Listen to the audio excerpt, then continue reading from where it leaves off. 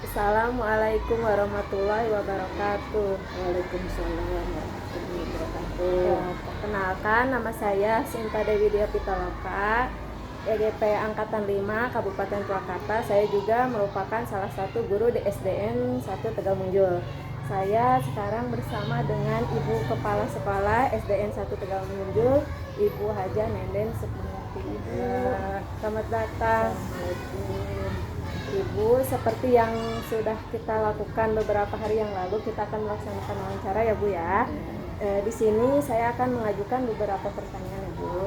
Selama ini bagaimana Ibu dapat mengidentifikasi kasus-kasus yang merupakan dilema etika atau bujukan moral?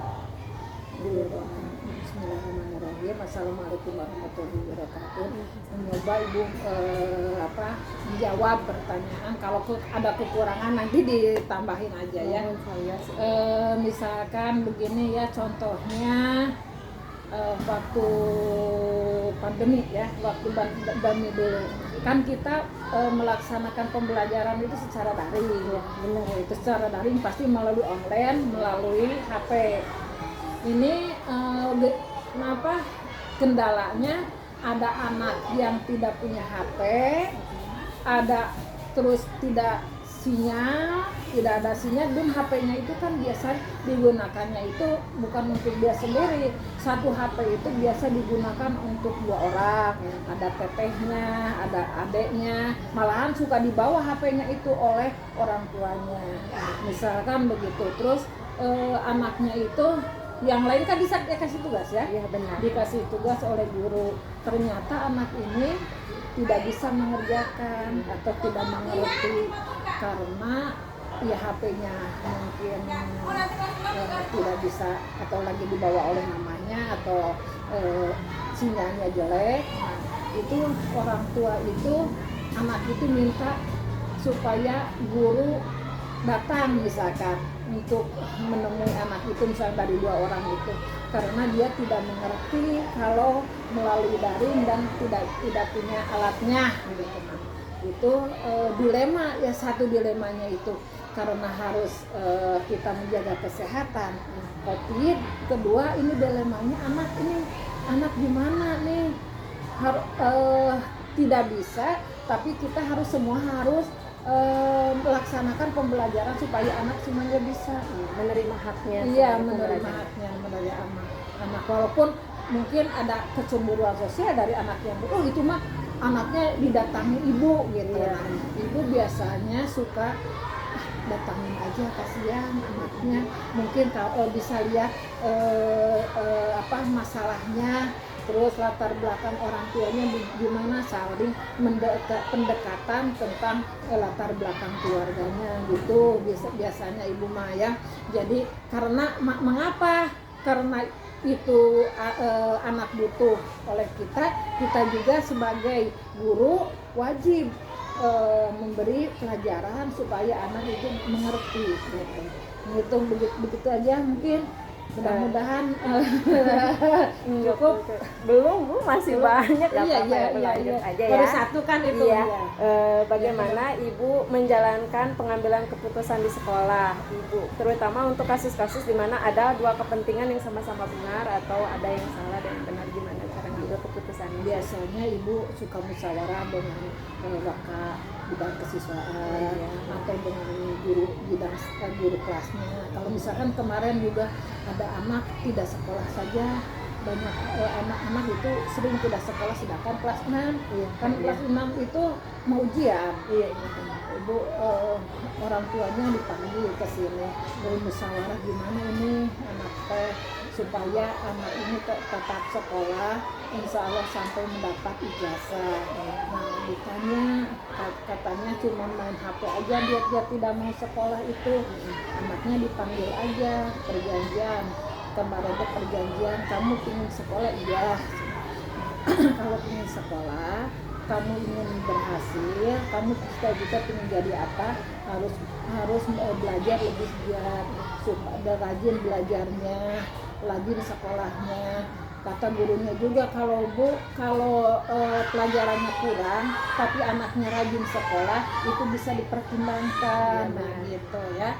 Nah itu anak itu janji bahwa dia akan benar-benar sekolah tiap hari, dan ibu minta bantuan kepada orang tuanya juga harus memberi semangat dan memperhatikan anak ini apakah di rumah itu berangkat dari rumah ke sekolah atau gimana. Nah, harus diberi perhatian dan diberi dukungan dari orang tuanya, bukan hanya dari kita sekolah aja.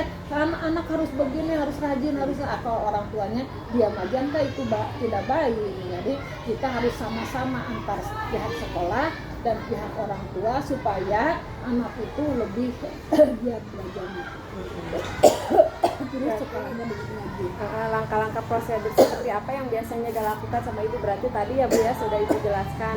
Jadi dimusyawarahkan, terus memanggil pihak orang tua, sekolah juga, Iya, guru kelasnya, orang tuanya, anaknya dipanggil.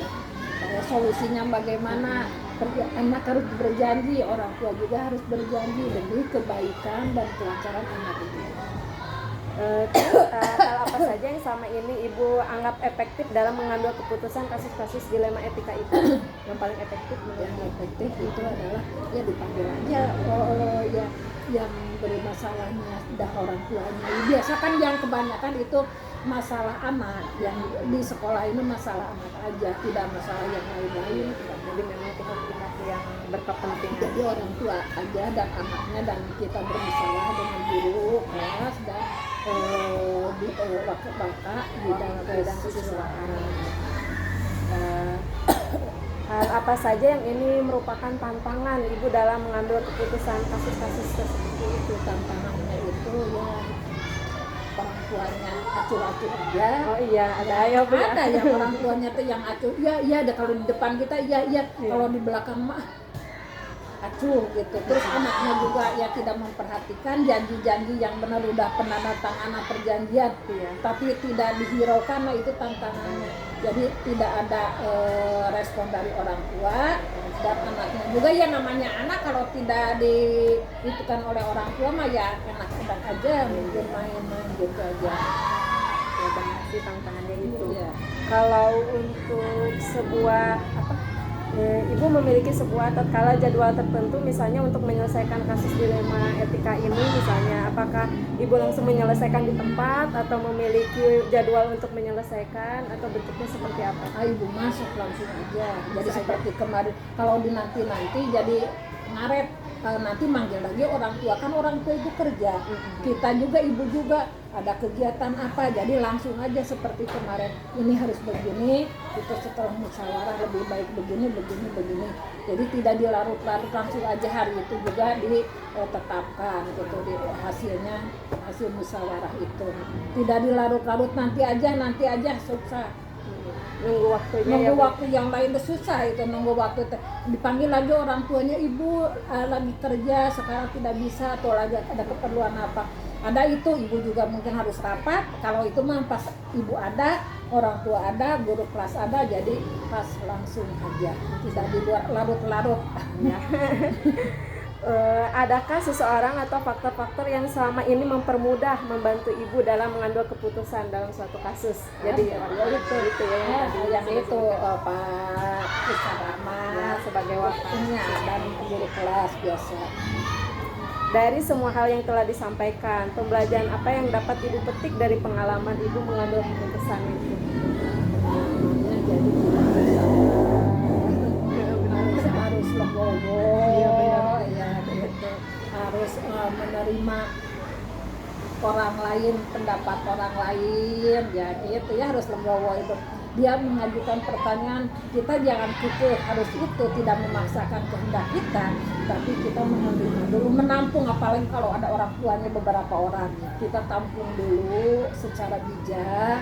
Jadi kita harus legowo dan memberi nasihat dulu dan memberi keputusan yang baik buat untuk semua, gitu ya. Bu Haja hatur nuhun waktosna, proses wawancara kita sudah selesai.